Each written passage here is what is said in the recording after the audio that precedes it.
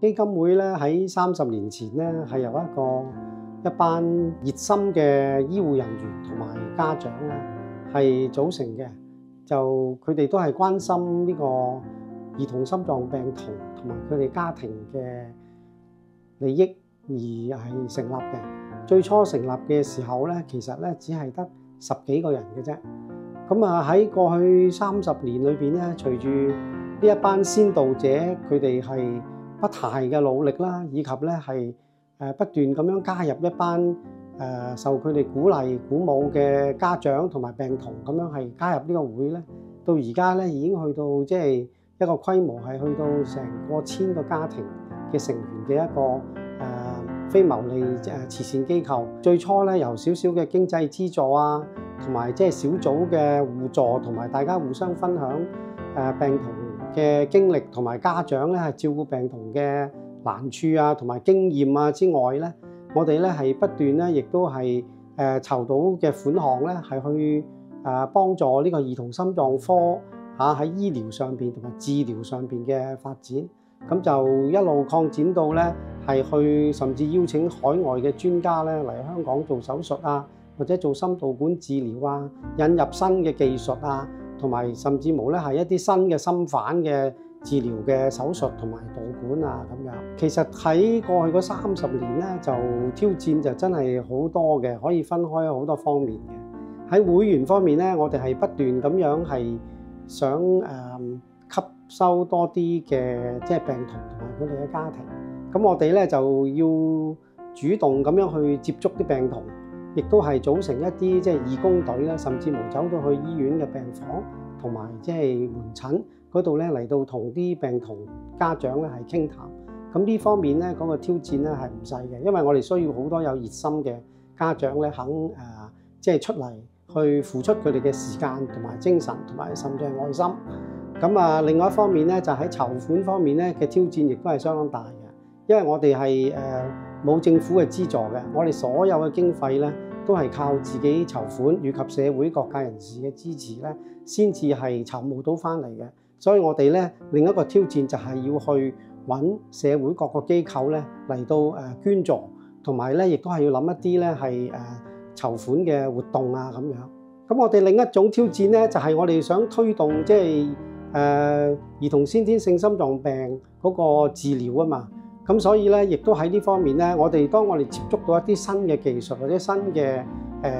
治療方法嘅時候咧，我哋咧都係要即係去充分咁樣考慮咧呢啲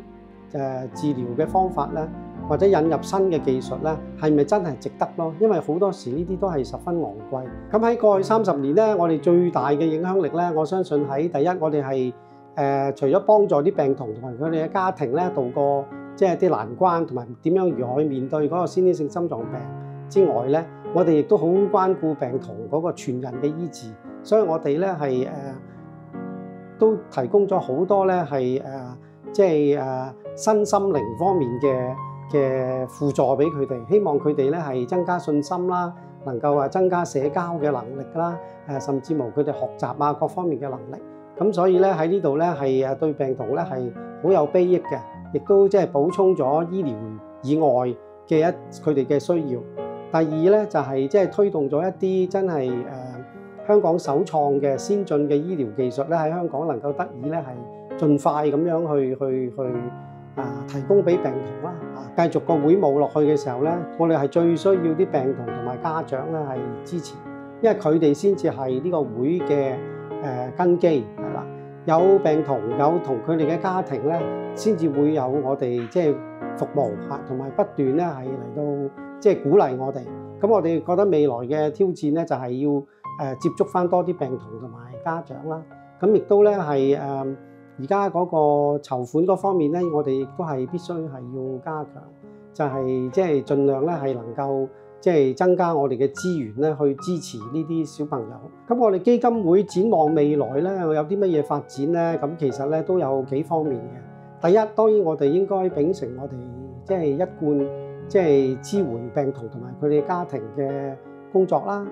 希望繼續將來有新嘅治療或者有新嘅技術咧，可以介紹入嚟香港做呢個治療啦。第第三咧就係因為隨住而家嗰個治療嘅成效咧係好高嘅，就差唔多90% 以上嘅先天性心臟病啊，尤其是咧都係可以咧係醫得好或者得到咧係良好嘅舒緩作用嘅，以至到咧啲小朋友咧全部都可以係長大去到成人。好多我哋以前嘅病童咧，其實而家都已經係即係學業有成嚇，甚至大學畢業啊，專業人士咧都係有嘅。咁我哋希望咧係將來咧呢一班長大咗嘅成人咧嘅又有喺兒童期間有先天性心臟病嘅朋友咧，係能夠咧係組成一個即係叫成人先天性心臟病嘅一個即係組織嚇。希望佢哋咧亦都可以咧係即係繼承呢個將來基金會嗰個工作咯，同埋亦都咧，因為有部分嘅先天性心臟病咧，去到成人階段其實都仲要繼續治療，同埋仲要跟進嘅。咁我哋希望咧喺成人先心病呢方面咧，個會咧係能夠將來係繼續有發展嘅。